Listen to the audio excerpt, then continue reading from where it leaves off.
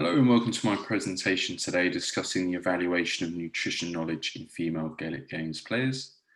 My name is Michéle. I'm a PhD student at the Athlone Institute of Technology, currently working within the SHE research group, which aims to bridge the gender gap in scientific research. I'd like to thank the LGFA for this opportunity to present some of our recent research as part of their Research Pod series. It's a great opportunity to share some of the findings with a wider audience.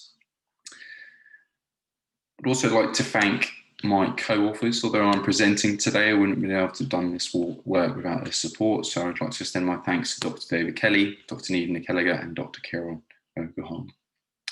So the main aims of this brief presentation today, I just wanted to provide you with an overview of some of our recent research and hopefully some practical recommendations that you can take away from our findings. So, as many of you will likely agree, a healthy diet is essential for the support of a healthy lifestyle. And when we talk about this in a sporting concept, it's even more essential to support optimal sporting performance. Despite these well-known facts, what we know from investigations and working in practice with athletes, that diets tend to be substandard and fall short of some of the current recommendations which would aid optimal performance. Now, as researchers and practitioners, it's quite an important issue for us to resolve, which leads to our current line of inquiry into nutrition knowledge. But before we get to that, the origin of this really was we went back to basics and thought, well, what factors determine an individual's dietary intake and which one may we target to result in some positive improvements? So some earlier research has indicated that there's many factors that influence our dietary intake, and this can range from things such as our taste and food preferences, our level of appetite, nutrition knowledge, which is of course our level of understanding and education in regards to dietary recommendations and needs, the convenience and availabilities of certain foods, and also our cultural beliefs and dietary preferences. Now, as you probably already assumed from the title of this presentation, the key focus is going to be nutrition knowledge today. And the reason that is this key focus is because previous research identified that nutrition knowledge can be easily modifiable in comparison to many other factors that determine an individual's dietary intake.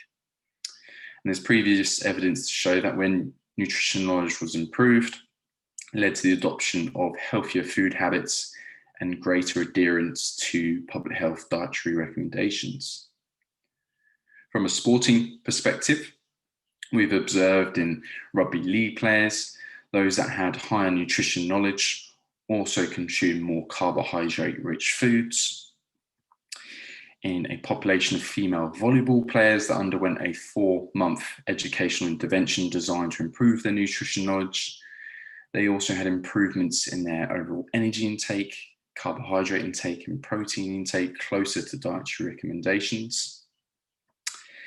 And even in populations of ballet dancers with higher nutrition knowledge, they were shown to have safer weight management practices as a result. So these are all really positive findings that we'd be looking to recreate in the populations that we work with. Which led us to our aims of the investigation, which were to evaluate the nutrition knowledge of players to provide a baseline assessment of how much they know and how much they don't. We also wanted to compare this between demographic characteristics. So it's been identified previously that some populations, higher competitive level or higher level of general education has shown a difference in nutrition knowledge. And furthermore, based on this initial baseline assessment of measuring nutrition knowledge, we wanted to identify players' preference for information and future support to help inform the design of future educational interventions. So putting these aims into practice, we formulated a few key methods. Within this was our target population, So we were very happy to attain a sample size of 328 female Gaelic Games players. So within this sample was 214 Gaelic football players and 114 camogie players. Each one of these individuals completed a validated 35-item questionnaire, which is designed to assess concepts of both general nutrition knowledge for healthy lifestyle and also concepts related specifically to sport and sporting recommendations. Once we obtained all these results, we analysed these to identify if there was any key differences between some of the demographic populations discussed, and then presented them accordingly. Before we go into these results, just to give you a better idea of what some of the questions were involved in the tool, we would like to present some here. So, one of the first questions was, do you think alcohol can make you put on weight? And the options were just yes, no, or not sure. Now, unfortunately, to break the news to you, it can make us put on weight, and most of the sample did agree with that. 98.2% of the sample agreed with that, so maybe just a few wishful thinkers there. This moved on to more concepts such as eating more protein is the most important dietary change if you want to have more muscle. Now, the correct answer to this question was actually disagree, and only a third of the sample answered that correctly. Protein often gets hyped up in the media, but the correct answer really to this question is the overall dietary intake and the overall energy intake that has more of a significant influence. Moving on, another question which was posed to the participants was vegetarian athletes can meet their protein requirements without the use of protein supplements. The correct answer to this was agree. This can be achieved, and over 2/3 of the sample agreed with this statement. And finally, one of the questions was, in the events lasting 60 to 90 minutes, 30 to 60 grams of carbohydrate should be consumed per hour. And the correct answer for this question was agree, which just a third of the sample answered correctly.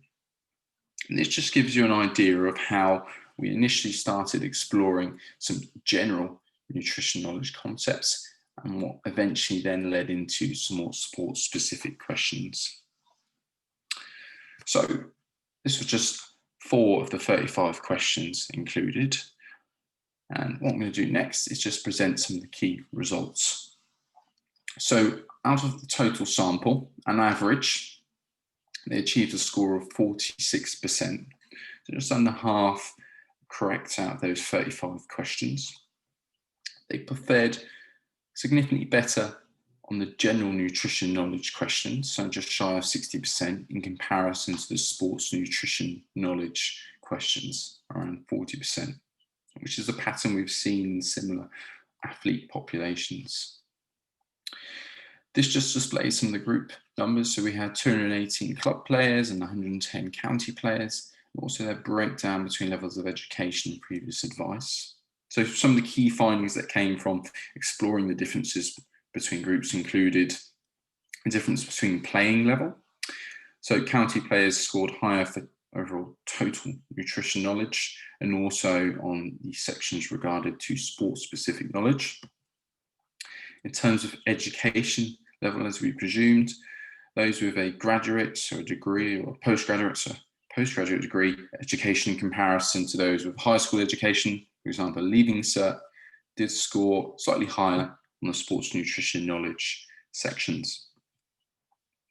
And then finally, when we explored athletes' support preference, they identified a nutritionist as their most preferred form of support advice.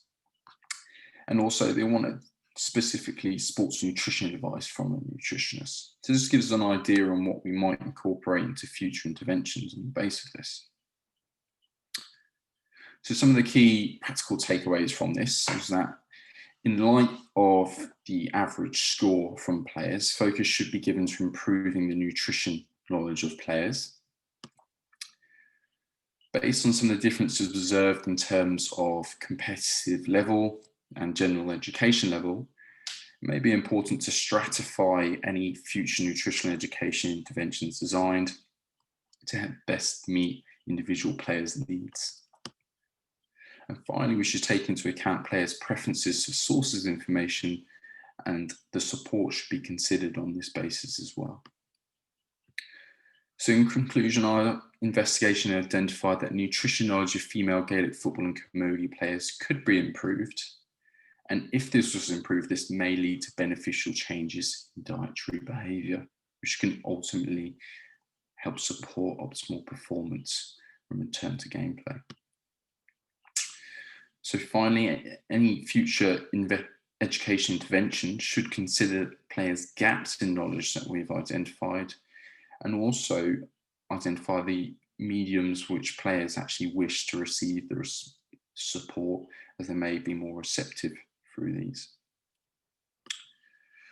If you'd like to know more about our most recent research, it is now published online with open access for you to be able to read. If you just follow the link or Google the title of the paper, you'll be able to read in a bit more detail. With that, I'd like to thank you again for the opportunity to present today.